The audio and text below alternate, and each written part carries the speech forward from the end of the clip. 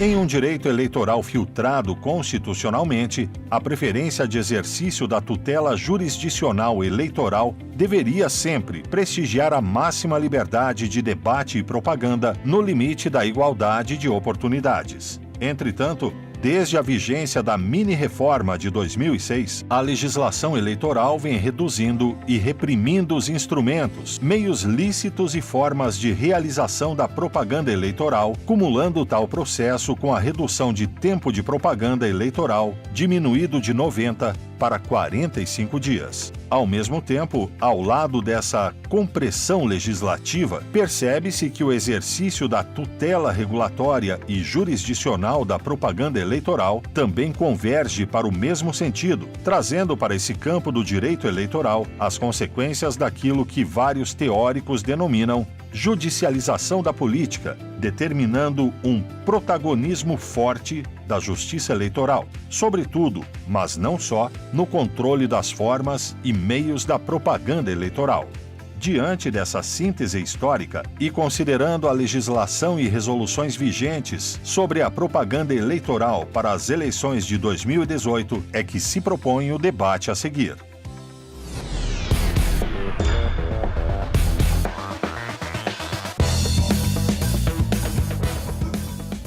Muito boa tarde a todos e a todas. Sejam bem-vindos ao terceiro painel de debates deste nosso primeiro dia de congresso.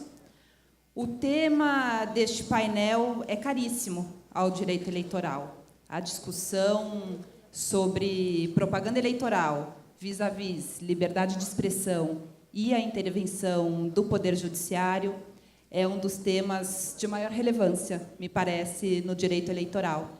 E é com esse propósito que nós temos aqui dois ilustríssimos debatedores para trazerem as suas considerações sobre o tema, poderem colocar seus pensamentos, suas proposições e seus questionamentos sobre a propaganda eleitoral e como deve ser o atuar da Justiça Eleitoral. Então, dando início a este painel, iremos ouvir a doutora Aline e o doutor Luiz Carlos, numa fala inicial de 10 minutos cada um, para depois irmos às questões práticas propriamente. Sejam bem-vindos. Muito obrigada. Então, boa tarde a todos e a todas. É uma grande alegria para mim estar aqui, nesse importantíssimo evento de direito eleitoral. Cumprimento os organizadores e agradeço a eles pela gentileza de terem me convidado para vir aqui. Esse convite, evidentemente, não se deveu a qualquer mérito que eu pudesse ter, mas num evento composto principalmente por advogados, por brilhantes advogados, eu estou aqui numa espécie de ação afirmativa, porque eu sou do Ministério Público Eleitoral. Na verdade, somos dois ao todo, ao longo desse congresso, né? Eu mesmo e o doutor Nicolau Dino, que falará amanhã, e, portanto, a responsabilidade da minha fala cresce. Queria também dizer da minha enorme alegria de estar numa mesa composta majoritariamente por mulheres. Oxalá fosse sempre assim. A Procuradoria Regional Eleitoral de São Paulo, que eu titularizo até 2019, tem uma atuação muito forte no sentido da promoção da igualdade da mulher na política.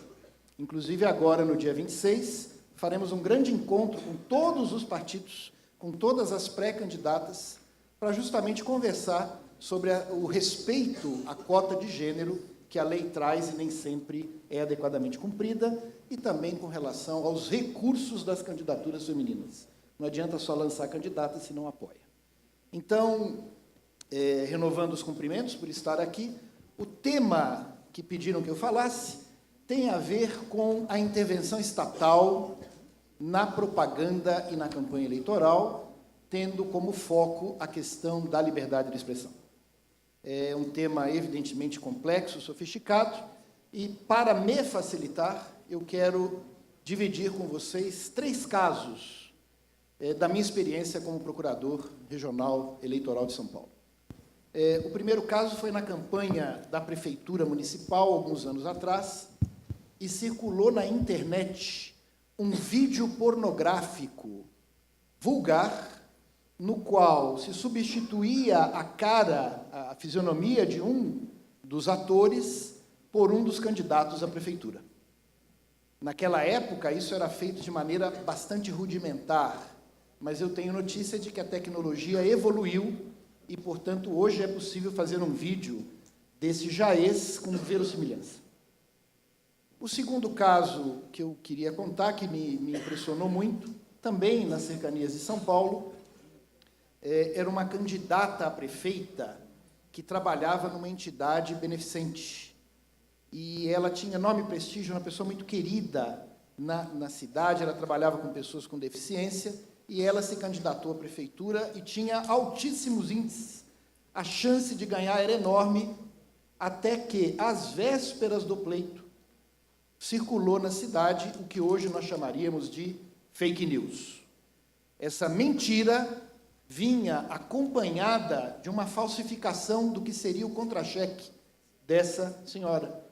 E onde constava lá parte do salário, ao invés de ser os R$ 1.500 que ela efetivamente ganhava, aparecia ali R$ 15.000. E, portanto, essa senhora benemérita, de repente, foi tida na cidade inteira como hipócrita. E, na verdade, isso era mentira, e o candidato adversário, graças a esse expediente, ganhou a eleição. A terceira situação que eu quero trazer para vocês, também numa eleição municipal, as eleições municipais são muito coloridas, se deu numa cidade na qual havia 2 candidatos à prefeitura, e num dos comícios, um dos candidatos a prefeito disse o seguinte, em praça pública: votem em quem sabe quem é o pai dos próprios filhos. Porque havia um rumor na cidade de que os filhos do candidato adversário tinham sido, na verdade, objeto de, digamos assim, uma intervenção de terceiros.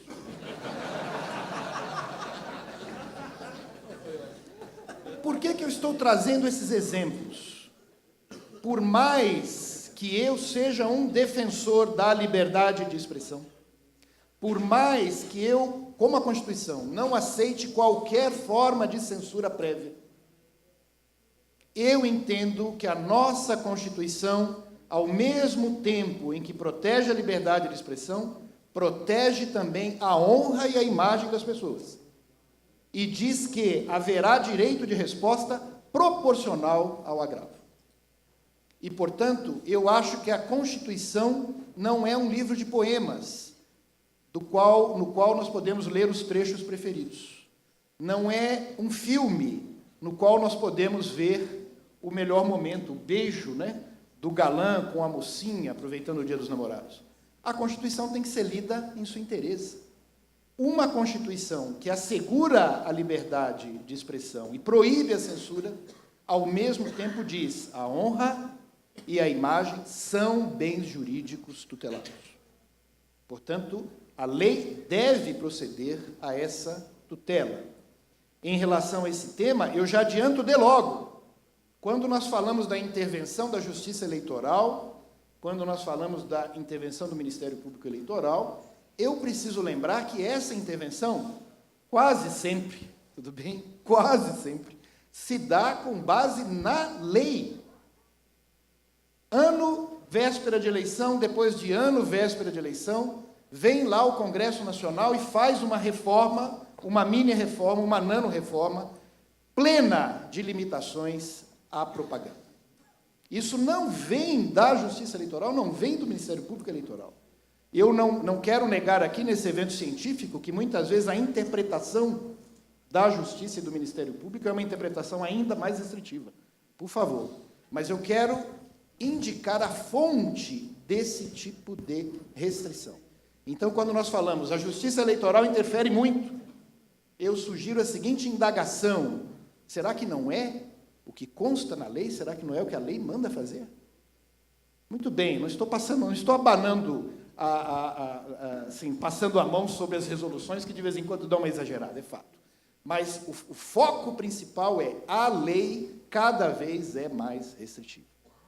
Então, ao tempo em que eu defendo a necessidade de controles, ao tempo em que eu defendo a necessidade de que a pessoa tenha meios de se reparar desse tipo de evento, de propaganda ofensiva, trago aqui a seguinte colocação. Em relação à quantidade e à qualidade das restrições, a nossa lei é boa? E a minha resposta é, evidentemente, não. A nossa lei é péssima. A nossa lei se compraz numa série de detalhamentos exuberantes, mirabolantes, quando não pura e simplesmente ridículos. Por exemplo, quando a lei limitou a propaganda eleitoral, reduziu o tempo de propaganda eleitoral, ela foi muito mal. Ela dificultou severamente o direito de oposição. Ela dificultou severamente o direito à alternância do poder. E, portanto, não sou favorável, como órgão do Ministério Público, não sou favorável a essa redução de propaganda, a redução da campanha eleitoral. Quando a lei covardemente não liberou a propaganda na pré-campanha, porque foi isso que ela fez, né? Ela manteve a proibição, você não pode fazer propaganda propriamente dita na pré-campanha. E aí trouxe uma casuística enorme e permissiva, o que só serve, na verdade, para entreter a pauta da justiça eleitoral com sem número de casos, às vezes de só menos importância. Não sou favorável, por mim, liberava a campanha eleitoral, a pré-campanha, pura e simplesmente, sem que seja necessário o uso desses artifícios, tais como dizer, você pode tudo, menos fazer o pedido explícito de votos. Eu entendo o seguinte, se eu vir um casal desnudo na cama, se roçando, para mim, isso é sexo explícito. Embora sempre haja alguém que queira ver algo mais, né? Mas para mim isso é sexo explícito. Se eu vejo um outdoor com um candidato sorridente, com o ano do pleito, com o cargo pretendido e com o início de programa, eu entendo que isso é explicitamente pedido de votos. E é a orientação que passei aos promotores eleitorais do Estado de São Paulo. Diante desses outdoors, que para mim veiculam pedido explícito de votos, eu sei que o TSE está se entretendo com esse debate, deixa ele lá. Em São Paulo, nós passamos essa orientação para que os promotores procurem o judiciário, para que o judiciário exerça o seu poder de polícia. Enfim, quando nós temos uma lei eleitoral que se compraz a distinguir trio elétrico, mini trio, carro de som, quando nós temos uma lei que comete esse ridículo matemático, porque agora é o seguinte, a propaganda em bem particular, você pode colocar um adesivo na sua janela de meio metro quadrado. Os sabichões não se deram conta que meio metro quadrado significa um adesivo de 10 centímetros por 5 centímetros. Porque eles confundiram lado com área. Lado com área. Então, na verdade, não é um cartaz eleitoral, na verdade é uma figurinha da Copa, que você pode colocar ali na sua janela. A área é uma coisa, meio metro de lado por meio metro de lado dá 2,5 metros. E, portanto, esse tipo de restrição, por favor, não o considerem como favorável a essa minha argumentação, no sentido do controle, no sentido de que a vítima desse tipo de situação possa obter reparo judicial.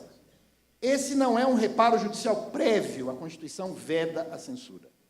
Mas que essas pessoas possam ir ao judiciário, que o judiciário acolha essas pessoas, que o Ministério Público leve à frente esse tipo de demanda, me parece estritamente necessário. Doutor Quero Luiz dizer Carlos, também... só para lembrar, Terminando. temos 10 minutos para cada fala inicial. Terminando, então, só para lembrar o seguinte, vamos mudar a lei. O Pacto do Estado Democrático de Direito supõe que nós cumpramos a lei, mesmo quando dela discordemos. Eu discordo da lei eleitoral, mas enquanto essa lei estiver e não for declarada inconstitucional, o Ministério Público Eleitoral envidará todos os seus esforços. Nossos recursos são limitados, fiquem tranquilos, mas envidaremos todos os nossos esforços no sentido de aplicá-la. Muito obrigado.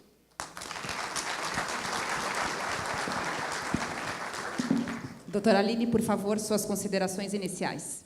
Obrigada, boa tarde a todas e a todos. É uma honra estar aqui hoje e, enfim, para não tomar muito tempo, eu agradeço a organização na pessoa do Guilherme Gonçalves e digo que é culpa dele que a gente vai ter um debate aqui bem feroz. Ele me instruiu que a gente deveria fazer um estilo de UFC jurídico e eu acho que ele escolheu o Luiz Carlos e eu, enfim, para a gente ter um embate, uma crítica e um ataque também nessa conferência. Enfim, a gente está falando aqui sobre liberdade de expressão. E, como o Luiz Carlos falou, cada vez mais as nossas eleições elas são mais curtas, menos visíveis, mais silenciadas. E isso decorre de uma certa cultura que a gente tem de desprezo à liberdade de expressão. Então, a gente trata a liberdade de expressão no Brasil como algo que eu chamo lip service. Então, as decisões judiciais elas vão dizer o quanto a liberdade de expressão é importante, o quanto que a Constituição tutelou esse direito para depois violá-la. Então, normalmente, as decisões judiciais vão começar dizendo, enfim, citando os preceitos constitucionais, vão dizer que a liberdade de expressão é maravilhosa, bonita, enfim, e depois vão julgar contra ela. E a gente tem que pensar um pouco de onde vem esse desprezo pela liberdade de expressão. E mais, qual é o paradoxo que esse desprezo nos traz? Porque a liberdade de expressão ela é mais importante no direito eleitoral. E é no direito eleitoral em que a liberdade de expressão no nosso país é mais violada. E de onde vem isso? Eu confesso que eu fiquei pensando e eu acho que a gente pensa numa raiz um pouco não explorada, que é uma cultura de desigualdade. Então, uma desigualdade persistente. Por quê? No país do você sabe com quem está falando, a gente tem uma atribuição de direitos, né? As pessoas usufruem de direitos de acordo com a posição na escala social. Então, os políticos, enfim, os agentes públicos entendem que devem ter uma proteção à honra, à sua reputação, muitas vezes mais reforçada do que um cidadão comum, quando em qualquer lugar do mundo a gente pensa inversamente. Quem vai para o debate público tem que saber que está sujeito a críticas, está sujeito a ataques e que há ofensas à honra que são legítimas. Então, se o sujeito está sendo investigado por corrupção, ele pode dizer, ora, essa notícia está ofendendo a minha honra, mas isso, obviamente, é legítimo. Então, o que a gente vê é que as decisões, enfim, consistentemente, as decisões... É claro que a gente tem a proteção da honra na Constituição, mas o que é uma violação à honra legítima e o que é uma violação à honra ilegítima? Então, é muito fácil dizer que, na Constituição, a proteção à honra está no mesmo nível do que a proteção à liberdade de expressão. Eu acho até que não está, né? Porque a gente tem a liberdade de expressão como... Eu defendo que ela tem uma posição preferencial. Ou seja, pelos fundamentos da liberdade de expressão, que são, sobretudo, a proteção à democracia, a busca da verdade, que eu vou discutir um pouco mais quando a gente falar de fake news, enfim, e a própria autorrealização individual, você tem que ter uma proteção reforçada da liberdade de expressão. Não há democracia sem liberdade de expressão. E isso vai, eventualmente, envolver, a violação, ou, enfim, falar mal de alguém, um ataque, uma crítica legítima. Então, para mim, a primeira raiz é essa cultura desigualitária que faz com que os políticos não tenham essa pele mais espessa para aguentar críticas. Pelo contrário, a primeira coisa que eles fazem é tentar ir ao judiciário para excluir, para censurar essas informações, essas críticas legítimas. E, em segundo lugar, o que eu chamo de uma cultura, de uma tradição autoritária. Então, para começar, o nosso Código Eleitoral ele foi editado durante a ditadura militar. E a gente tem toda essa cultura censória que permeia o direito eleitoral e que, às vezes, a gente não se dá conta. E eu defendo, na verdade, eu falo que a gente tem 4 concepções que são equivocadas no direito eleitoral em geral. Primeiro, essa concepção autoritária. Segundo, uma concepção paternalista. A gente tende a dizer que o eleitor, ou a pensar que o eleitor ele não sabe decidir por si mesmo. A Justiça Eleitoral, em vários casos, entende que pode decidir melhor do que o eleitor, ou parte do pressuposto que o eleitor não sabe diferenciar, não tem capacidade de discernir as informações a que ele é exposto. A gente tem uma concepção asséptica do processo eleitoral, então, que é a ideia de que a gente pretende dar para a política uma pureza que não existe em ninguém. Então, uma pureza que não existe nos homens. Ninguém é anjo, ninguém é santo, e por isso mesmo que a gente tem, enfim, as leis, as restrições. Mas há uma pretensão de que a gente tenha na política essa pureza que não existe.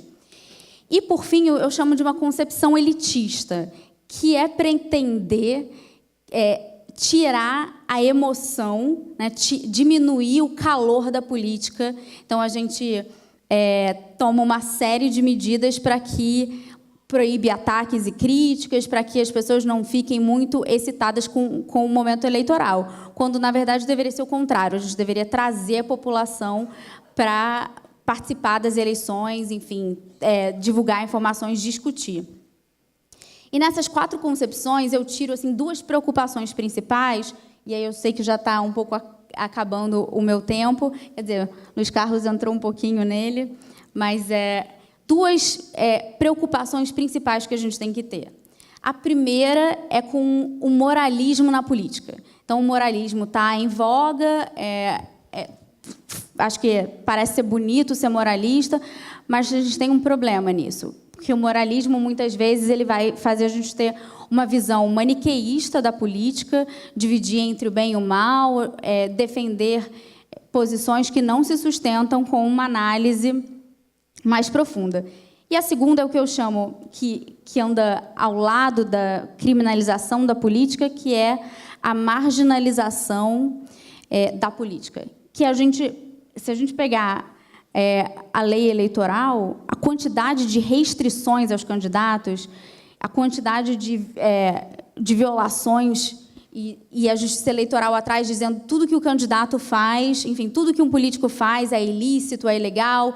Então, estamos vivendo um momento muito delicado em que a população cada vez mais se sente afastada da política, mas não há solução democrática fora da política. Então, a gente tem que pensar também em um controle da Justiça Eleitoral que não faça o candidato, enfim, o político, ser tão sufocado que tudo que ele faça a gente vai taxar de ilegal, de ilícito, e daqui a pouco a única solução que vai estar na mesa e as pessoas vão aderir vai ser uma solução autoritária. Então, eu tenho muito medo tanto de um moralismo, tanto de um autoritarismo, e eu acho que a Justiça Eleitoral tem um papel de coibir os abusos, sim, porém, pensando tanto no valor da liberdade de expressão, quanto num cuidado da gente não criminalizar e marginalizar a política e dar aos eleitores como única saída uma saída que nós não desejamos, que é a saída autoritária.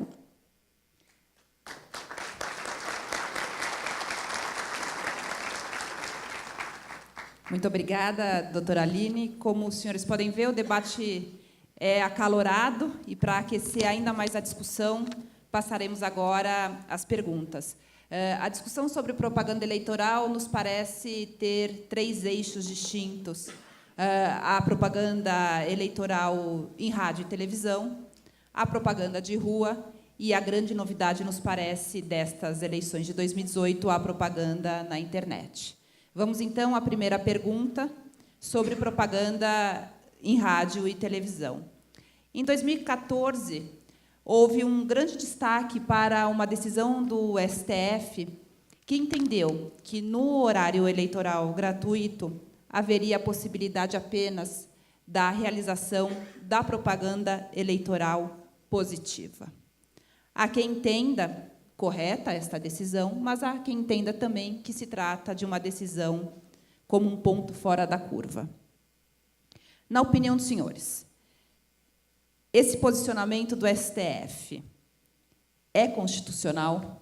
Há possibilidade de se exercer esse controle tamanho na propaganda eleitoral, no rádio e na televisão? E dando sequência ao questionamento, os adversários não podem atacar-se, contra-atacar-se, e somente fazer uma propaganda eleitoral positiva e propositiva? Se necessária a atuação da Justiça Eleitoral, os mecanismos que hoje dispomos, como o direito de resposta e a tipificação de alguns crimes eleitorais, são suficientes para reprimir essa conduta? Doutora Aline, por favor. Bom, eu sou uma crítica dessa decisão do TSE, né? Para quem não tem familiaridade, no segundo turno das eleições presidenciais gerais de 2014, o TSE criou um critério a mais para a propaganda eleitoral no rádio e na TV, que é a ideia de que o debate tem que ser meramente propositivo. Então, o MP, inclusive, foi contra, né, num parecer, disse que, na verdade, no segundo turno, os candidatos eles têm um tempo idêntico para se defender de críticas e ataques, então não faria sentido, né, a Justiça Eleitoral interferir no conteúdo desse debate. E, dando sequência, por conta desse entendimento, diversas propagandas eleitorais, tanto da candidata Dilma quanto do candidato Aécio, foram retiradas, não foram mais veiculadas. E, analisando essas propagandas, fica muito claro que o que foi excluído foram críticas legítimas, suspeitas de corrupção, nepotismo, uso de caixa 2, e essa é uma informação extremamente valorizada nas eleições. Então, a gente tem, talvez, uma ideia de que a crítica, o ataque, a propaganda negativa, ela é menos, ela tem um valor menor do que a campanha propositiva, que é, enfim, discutir sobre as promessas de campanha, os programas. Mas, se a gente pensar, qual a ideia?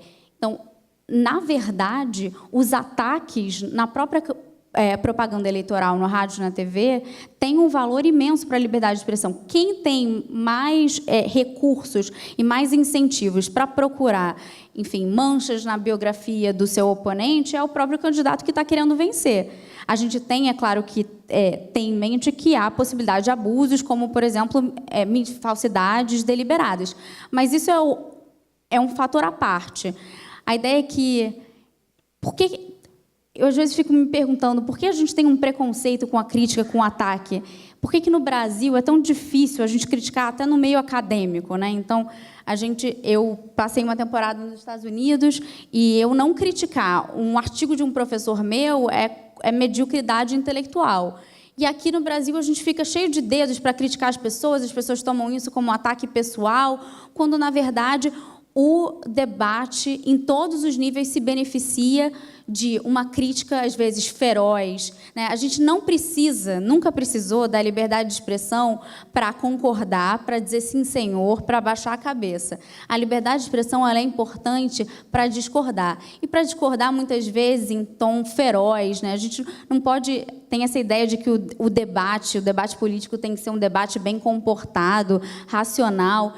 Quem está dentro de uma campanha sabe que, muitas vezes, a paixão ela é inerente àquilo. A gente está defendendo um projeto, às vezes, uma visão de mundo, um projeto político, um projeto de país. E essa paixão, essa crítica feroz, às vezes exaltada, ela exerce funções relevantíssimas.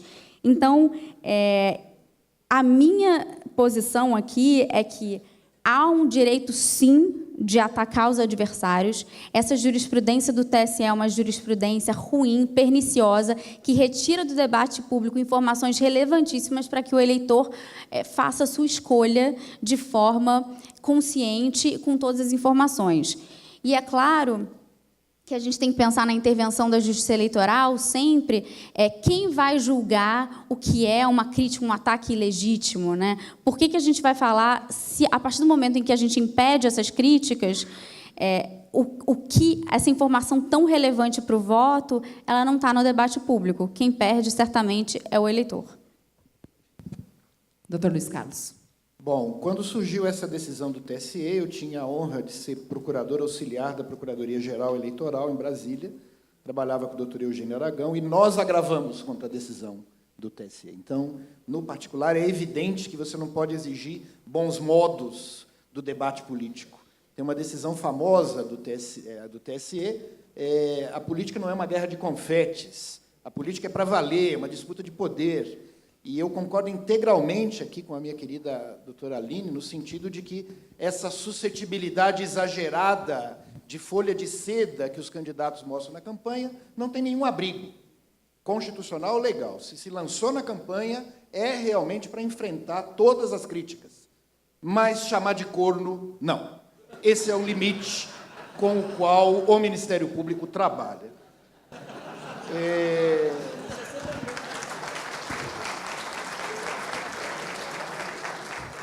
Com relação à questão da propaganda na televisão e rádio, concessões públicas titularizadas por 20 e poucas famílias no Brasil. Então, se não tiver controle, nós vamos ver direitinho como é que vão ser essas eleições, só abuso do poder dos meios de telecomunicação. Então, é evidente que a TV tem que ter restrição. Queria divulgar aqui esse livro sensacional aqui, da Aline Osório, Direito Eleitoral e Liberdade de Expressão. É ótimo, está à venda aqui na editora Fórum. Quase tão bom, tem esse livro aqui, Direito Eleitoral, de minha autoria, e eu estou fazendo o lançamento oficial hoje, assim que terminar esse evento, lá no estande da Juruá. Todos estão convidados.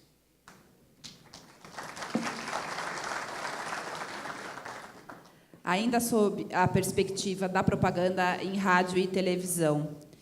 Há muito tempo, os meios de comunicação insistem na discussão e na revogação do artigo 45 da Lei de Eleições, da Lei Eleitoral, que traz uma certa limitação à liberdade de imprensa.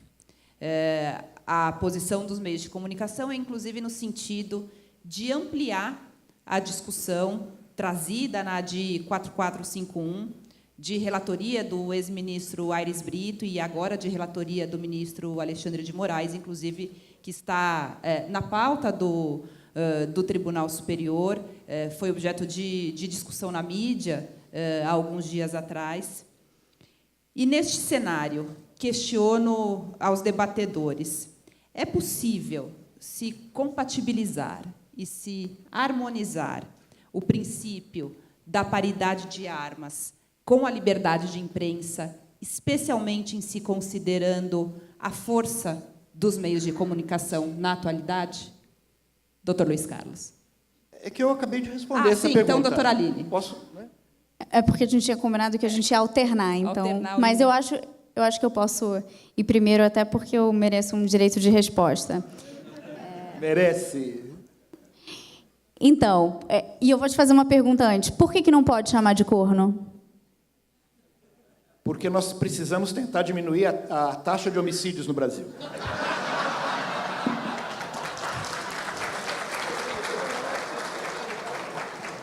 Se a gente não pode chamar de corno um candidato porque a gente precisa diminuir a taxa de homicídios, a gente tem um problema aqui. Então, essa... Nem de corno, nem de puta. Isso não é debate político. Isso é discurso de ódio, discurso de discriminação. Esse a Constituição não aceita. Eu acho que há uma diferença entre chamar de corno, enfim, chamar de puta, e acho que é uma diferença e depende do contexto sempre. Então, eu trabalho com algumas categorias que são bem básicas, mas eu acho que ajudam um pouco a gente entender o que é liberdade de expressão e o que transborda a liberdade de expressão. Então, o que são as categorias de zona de certeza positiva, zona de certeza negativa e uma zona cinzenta. Se um sujeito estiver no calor do debate e falando, e aí você desviou X reais, milhões de reais, você é um corno, não presta para conduzir o país ou ter o cargo XYZ. Eu acho que a gente, pensando no contexto, essa não é uma ofensa à honra. Foi o uso de uma palavra que não que, num debate emocionado, com calor, que não respeita os padrões de civilidade, que a gente não pode impor, a justiça eleitoral ela não pode ficar moderando o tom do debate, né? Dizer quando um candidato foi bem comportado, quando a palavra dele, enfim, dizer que o debate sempre tem que ser racional, deliberativo, isso não funciona na prática, e a gente não pode exigir o que não pode ser exigível no momento do debate. É diferente de enfim, algo premeditado que tenha, de repente, em um outro contexto. Agora, sobre a pergunta, essa nossa segunda pergunta, sobre a total revogação do artigo 45 da Lei Eleitoral, eu acho que a gente tem um problema. Então, por princípio, eu sou uma defensora mais libertária da proteção da liberdade de expressão. Então, nos Estados Unidos, por exemplo, eles tiveram, vigorando por muito tempo, a Fairness Doctrine. O que era a Fairness Doctrine? Significa que a TV, né, os meios de comunicação, a TV e o rádio, tinham que fazer uma cobertura equidistante. Então, se um determinado ponto de vista fosse apresentado, o outro também deveria ser. Qual foi o resultado prático disso nos Estados Unidos? Que, por muito tempo, as emissoras de TV elas tinham uma posição meio de centro, né? Então, silenciavam um pouco, não faziam editoriais e silenciavam um pouco o debate. E isso foi...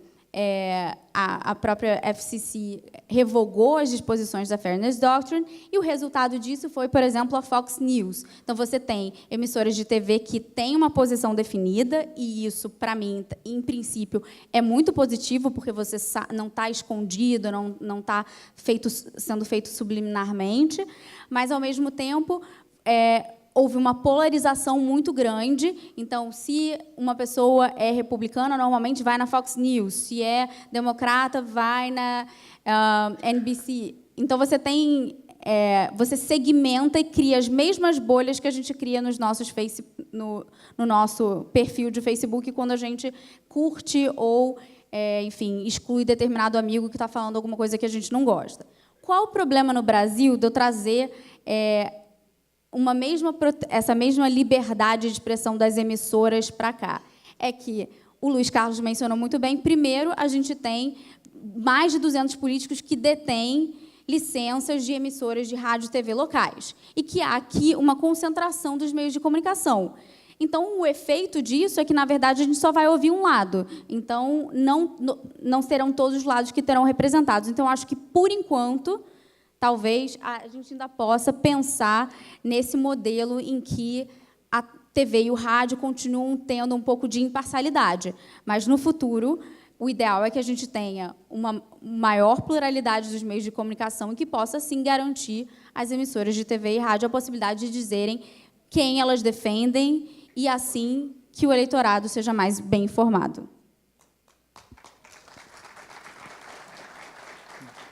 Eu concordo integralmente com a doutora Aline. Eu espero que, no futuro, nós sejamos uma sociedade livre, justa e democrática. Por enquanto, está faltando muita coisa. E nós só podemos pensar no direito eleitoral agora, de 2018, levando em conta essa realidade que temos. Não é outra, é essa. Infelizmente, nós estamos no Canadá, na Suécia, estamos no Brasil. Então, desculpa a franqueza, mas a vítima teria alguma dificuldade em saber em que contexto ela foi chamada de corno, ou de puta, ou de algo parecido. E eu acho que é até um procedimento mínimo de assecuração de direitos que haja meios de você ir à Justiça Eleitoral protestar contra isso. Vamos passar agora à discussão sobre propaganda eleitoral na internet, que é um tema igualmente importante e que traz muitos questionamentos em função, me parece, da grande novidade para estas eleições, que é a possibilidade de impulsionamento de conteúdo eleitoral na internet. O regulamento vigente para estas eleições permite o impulsionamento de conteúdo por coligações, partidos, candidatos e seus representantes.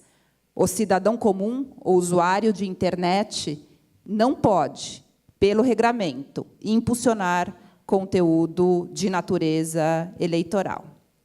A pergunta que se coloca é a seguinte: um candidato pode impulsionar um conteúdo para atacar os seus adversários? Um candidato pode impulsionar um conteúdo para divulgar uma notícia falsa, ou, para usar o termo da moda, uma fake news? E, nesses casos, deveria haver uma atuação da Justiça Eleitoral através do seu poder de polícia? Dr. Luiz Carlos. Bem, eu vou ser muito franco aqui. Acho que o Guilherme nunca mais vai me chamar para um evento como esse, mas eu queria dizer o seguinte: essa reforma eleitoral, quando permitiu o pagamento na internet, foi feita por encomenda, por 2 ou 3 grupos grandes de mídia. Se vocês lerem a lei, vai estar dizendo assim, impulsionamento. E se vocês olharem a lei, vai estar dizendo assim, colocar na frente no momento da busca. Isso tem, colocar na frente no momento da busca, tem 5 letras.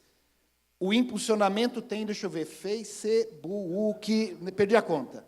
Então, a lei é muito de encomenda, gente. A lei é muito de encomenda para favorecer esses grupos econômicos. Posto isso, né, que só os candidatos possam usar isso para fazer sua campanha livremente, inclusive atacando, é um direito deles, né? E eu espero que um dia o cidadão seja lembrado e possa fazer a mesma coisa. Por enquanto, não foi. Eu, obviamente, vou discordar dessa posição.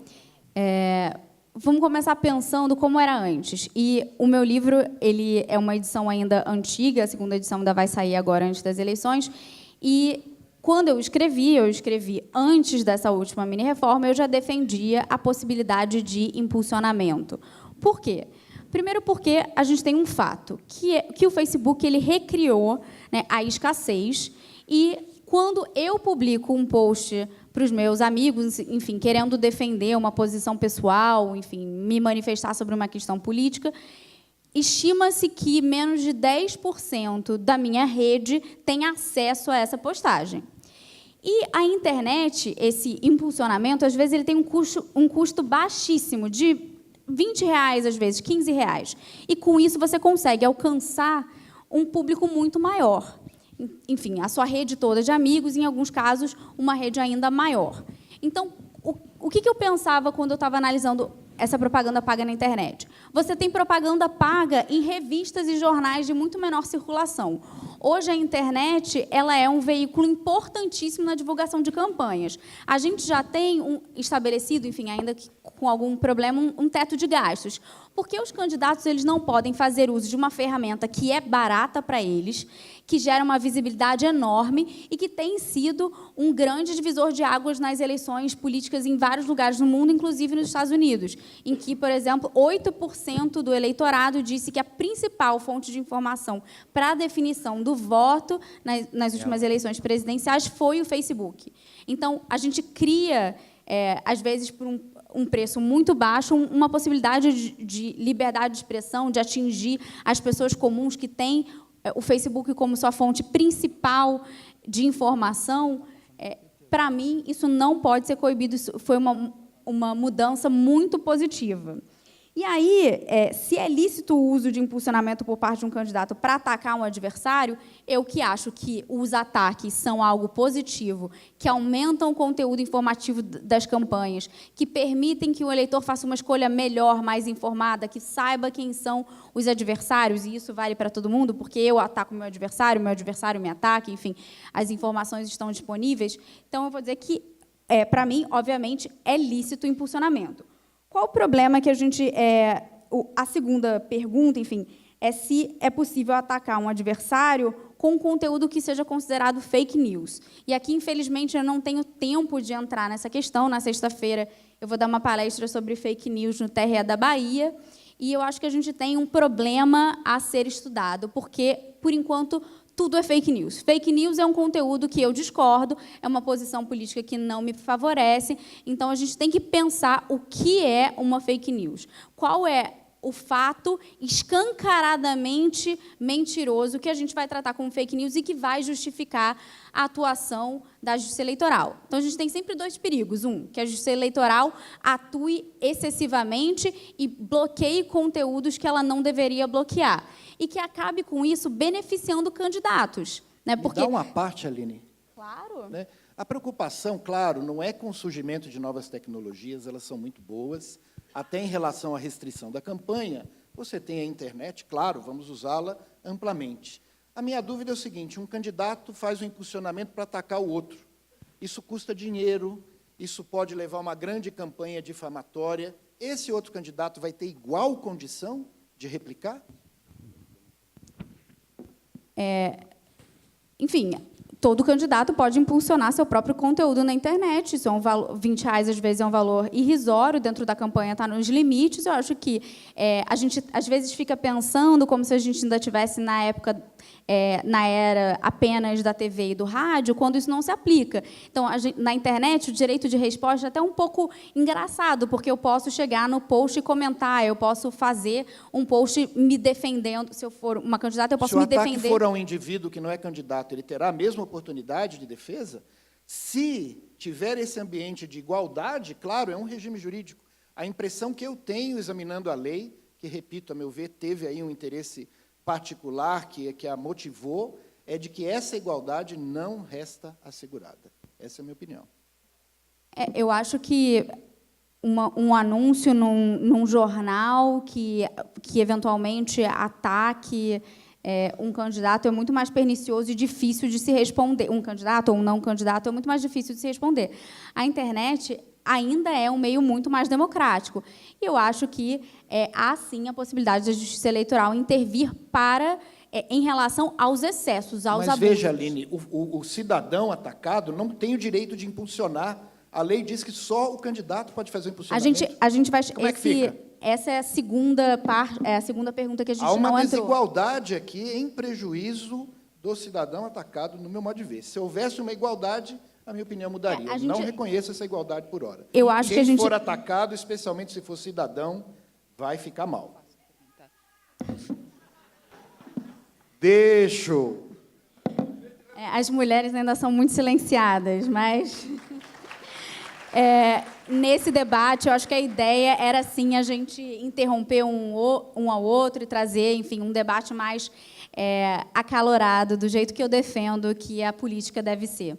Mas, voltando aqui, nesse tema, eu defendo que o cidadão tem, sim, direito a impulsionamento como gasto independente de campanha. Isso tem até previsão legal. É uma posição que eu sei que é controvertida, que a lei tenta limitar, mas eu acho que há já na legislação vigente uma forma da gente pensar isso como gasto independente, que seria um exercício de liberdade de expressão, e que a lei eleitoral garante até o limite de 1.000 UFIR. Mas a gente discute daqui a pouco. O que eu estava dizendo é que a gente tem dois riscos na justiça eleitoral. Um, que haja uma intervenção excessiva, excluindo conteúdos que são absolutamente relevantes. E o outro é que tem uma atuação tímida. Mas quando a gente fala de fake news, e aí só para encerrar essa parte, eu sei que a gente ainda tem muita coisa, a minha preocupação é sempre de saber o que é a fake news, e eu acho que a gente tem que pensar e tem que ser muito cuidadoso. O TSE, e aí eu vou fazer um disclaimer, eu assumi recentemente a chefia de gabinete do ministro Barroso no TSE. E eu queria dizer que a minha posição aqui é como acadêmica, então nada que eu estiver falando diz respeito à posição do ministro Barroso. É claro que, se ele concordar comigo, eu vou adorar, mas, enfim, não necessariamente ele vai concordar. Então, a gente teve uma recente e importante decisão sobre fake news, eu acho que ela vai ser decidida na questão da Marina Silva. Eu não quero entrar muito nessa discussão, mas uma das notícias que foram retiradas dizia assim, o delator Léo Pinheiro disse que teve caixa 2 na campanha da Marina. E isso o TSE entendeu que é fake news. Se você jogar isso no Google, vai aparecer uma capa do Globo dizendo que o Léo Pinheiro iria delatar a Marina por caixa 2. E aí eu pergunto, essa atuação, a atuação da Justiça Eleitoral, que não tem braços para coibir todas as violações da lei eleitoral, e que nem pode, enfim, ficar presente, às vezes pode acabar beneficiando um candidato, tirando uma suposta fake news, e as pessoas não vão ter acesso a essa informação. Então, a gente tem que ter muito cuidado para não definir tudo como fake news.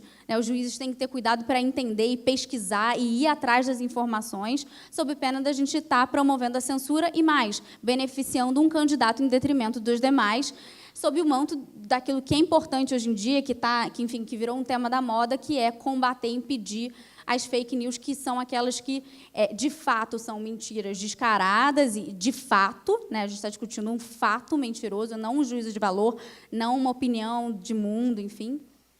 E, enfim, eu gostaria de discutir mais esse tema, mas vamos passar para a próxima pergunta. Muito obrigada, doutora Aline.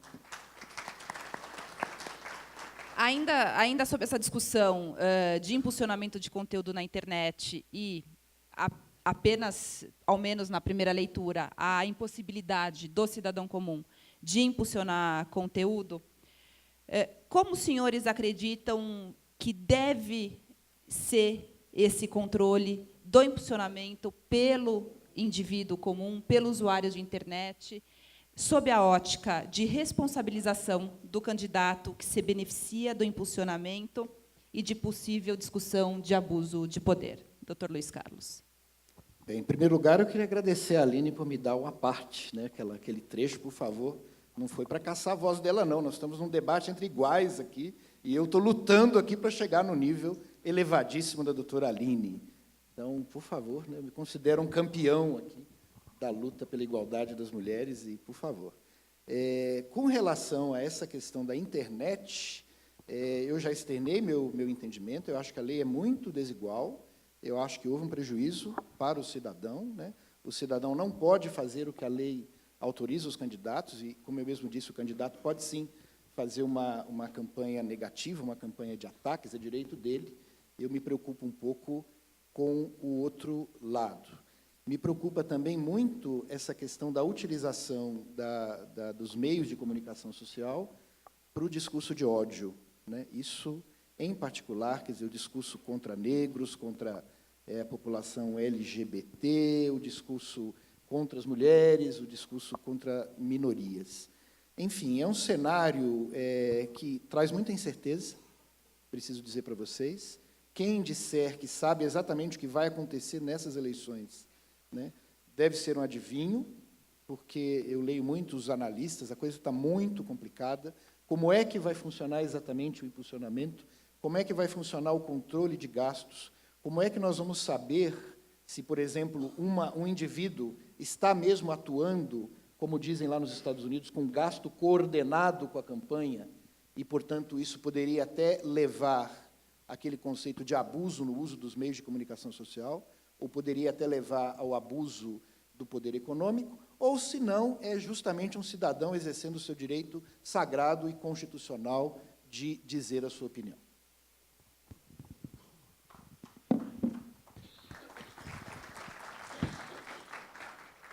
Luiz Carlos, assim, primeiro, eu entendo, mas não tanto a sua preocupação em relação a candidatos usando o impulsionamento para atacar cidadãos comuns que não sejam seus adversários. Eu acho que o foco da campanha é sempre lutar contra o adversário, enfim, criticar o adversário para ter uma vantagem na disputa. Isso pode acontecer, claro, mas não acho que é o risco principal. Eu acho que o impulsionamento pode ser usado, sim, para ataque, será mais usado para ataque entre os adversários. Não por outro motivo. Normalmente, o candidato que está em primeiro lugar nas pesquisas, ele não gosta muito de ir para debate, enfim, porque ele vai ser criticado, atacado, e é melhor ficar um pouco de fora. E eu acho que, na internet, essa possibilidade de ataque um pouco mais amplo talvez beneficie a liberdade de expressão. Agora, em relação ao como a pergunta em questão, que é como controlar o impulsionamento de redes sociais por parte do cidadão comum, do ponto de vista da responsabilização do candidato beneficiado, acho que a gente tem uma questão aqui um pouco clara, de que, se não há nenhuma prova, nenhum indício de que aquele cidadão comum tem uma ligação com o candidato, não há possibilidade de controle de penalização do candidato por algo que o cidadão comum está fazendo. A gente tem que pensar em outros caminhos. Eu acho muito complicado, então, eu defendo a própria possibilidade de um cidadão comum impulsionar seus conteúdos na internet para, enfim, defender um ponto de vista, defender um candidato nas eleições, fazer propaganda positiva ou negativa. Eu defendo que a gente não pode dizer que o cidadão comum, que qualquer manifestação de preferência política é propaganda eleitoral. Acho que isso é uma coisa que a gente pensa que é totalmente equivocado e que a gente tem que revisar esse tema. Mas, sobre o controle do impulsionamento, eu acho que é complicado, essa prova é difícil fazer, não é algo simples, a gente está aprendendo ainda a lidar com a internet, com a tecnologia avança muito mais rápido do que a nossa capacidade de entender precisamente esses mecanismos, mas, em princípio, para mim, sem nenhum indício de que há um conluio, enfim, uma ligação entre o cidadão comum e o candidato beneficiado, o candidato não pode ser responsabilizado. Tem uma partezinha, Patrícia? Por favor. É que, na verdade, no meu modo de ver, pode ser que eu esteja fazendo uma leitura muito particular da situação política no Brasil, mas me parece que nós estamos caminhando para uma eleição no qual pessoas que não são candidatas terão grande influência em relação à opção do eleitor em face de candidatos. Não sei se é uma impressão minha, mas eu acho que nós temos muitos influenciadores, líderes políticos que não vão poder se candidatar.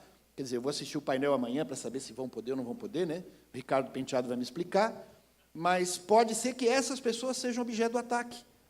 E aí, como é que fica? Ela terá também o direito de impulsionamento? A lei, por hora, não permite. É essa a minha preocupação. Saindo do mundo online e voltando para o mundo offline, a última vertente da discussão sobre propaganda eleitoral é a propaganda de rua. E nessa seara, uma discussão muito relevante é a discussão do abuso do poder religioso. Conforme o artigo 37 da lei eleitoral, os templos religiosos são bens de uso comum por qualquer cidadão. Na opinião dos senhores, um candidato que comparece a um culto religioso para ali orar, por exemplo, mas com uma posição de certo destaque, esta participação deste candidato neste culto religioso pode ser considerado propaganda irregular e abuso de poder? E uma outra questão derivada daí. A panfletagem ao final do culto, o pedido de votos para esse candidato, com a presença do candidato ou sem a presença do candidato, configuraria ilícito eleitoral, doutora Aline? Bom, essa pergunta a gente poderia esticar por mais uma hora aqui o debate. Então, eu e o Luiz Carlos conversamos que é impossível responder isso em 3 minutos para cada um. Então, eu vou falar um pouco assim, a minha posição mais principiológica. Eu acho que a gente tem que ter cuidado com os nossos preconceitos, de um lado, e, de outro, a gente tem que entender qual é o novo cenário com a proibição de financiamento de campanha por empresas. Então, o medo é que as igrejas tenham um poder relevante que consigam financiamento por doações pequenas dos fiéis e por alguma pressão religiosa. Nesses exemplos que a gente viu aqui, então, das perguntas, deixa eu voltar para elas, em que um candidato ele meramente está presente num culto religioso e há um pedido de votos ou uma panfletagem, eu acho que isso pode ser feito numa igreja, pode ser feito numa empresa, enfim, há uma liberdade de expressão. O único medo que a gente tem que ter aí é naquela zona de certeza positiva. Então, se o pastor vai falar que, se não doar R$100 para o candidato X, o fiel vai para o inferno. Então, acho que a gente consegue criar algumas distinções que permitam com que a gente navegue de forma mais tranquila. Um pastor defender que um candidato é bom, que ele vai defender os interesses daquele grupo religioso, eu acho que está no limite da liberdade de expressão. Agora, se usar de determinados discursos que façam fiéis, enfim, pessoas crerem que a salvação delas ou a participação delas nesse grupo depende do apoio, do voto ou de uma doação, aí a situação é aquela que eu chamo de zona de certeza positiva, em que a justiça eleitoral pode, sim, atuar. Doutor Luiz Carlos. Olha, a religião é um sentimento profundo, importante de cada pessoa, é a sua visão do universo, é a sua visão de Deus, e nesse caminho é algo belíssimo. Qualquer coisa que eu falasse sobre abuso do poder religioso, eu estaria falando da exceção. Eu não acredito que isso ocorra da maneira como muitos pintam, de maneira nenhuma. Eu acho que não é pelo fato da pessoa ser católica, protestante, ou umbandista, ou espiritualista, ou budista, que ela não é um cidadão protegido pela Constituição e pode falar plenamente, pode manifestar plenamente a sua opinião política. Então, com o tempo, pequeno para tratar dessa questão, me parece que a questão do abuso, que é uma exceção, é de difícil tratamento. Então, eu prefiro reafirmar esse meu entendimento de que a religião é algo que toca na alma da pessoa e que a faz ter um sentido de vida, um propósito, e nem por isso ela perde a plenitude dos seus direitos políticos. Eu vou pedir uma parte, quer dizer, que não é nem uma parte, é só uma Concedido. complementação, que, na verdade, a gente, muitas vezes, quando a gente pensa nesse assunto do abuso do poder religioso, a gente tem uma visão paternalista, de entender de pensar que algumas pessoas não têm capacidade de refletir e de analisar aquelas informações, e isso é algo que a gente tem que repensar, né? Até que ponto nós entendemos, ou se é preconceito ou não, a gente pensar que algumas pessoas não têm autonomia para definir o que é certo e para tomar a decisão de voto. E uma democracia, a eleição, parte do pressuposto que as pessoas podem, sim, tomar as decisões, não à toa que cada pessoa tem um voto. Nós estamos chegando ao final deste painel, mas há uma pergunta da plateia que eu gostaria de fazer, a pergunta do Davi Duarte para a doutora Aline. Doutora Aline, essa limitação legal da liberdade de expressão e da propaganda não é uma forma de subestimar a inteligência do eleitor e a vontade popular? Como eu estava falando, eu entendo que há, sim, que essas limitações são, em grande medida, fruto dessa concepção paternalista e que diminui, enfim, que menospreza a capacidade do eleitor de tomar decisões. E eu vou dar um exemplo, que talvez nem seja o melhor exemplo, mas que, como é recente, talvez valha a pena comentar, que é da proibição do telemarketing.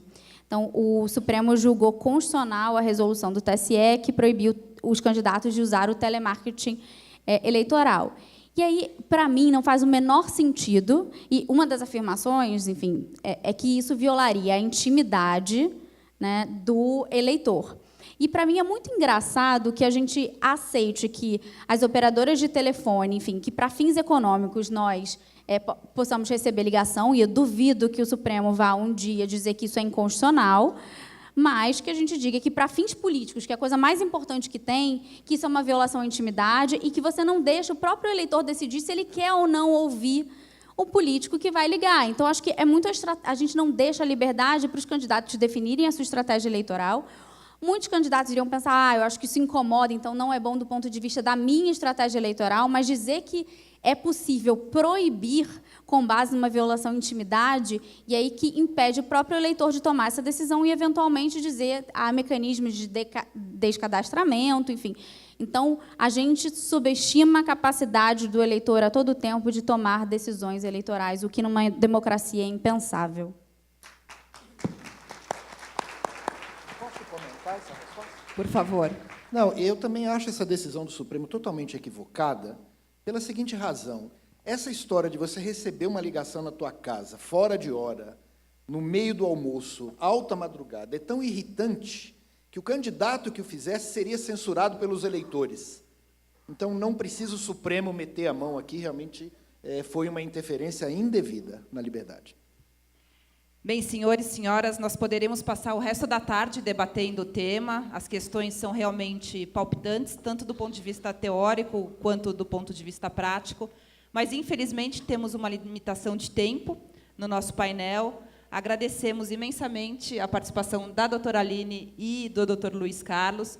Esperamos que os senhores possam ter refletido sobre as questões postas e agradecemos a participação de todos e esperamos que todos tenham um proveitoso congresso. Muito obrigada, boa tarde.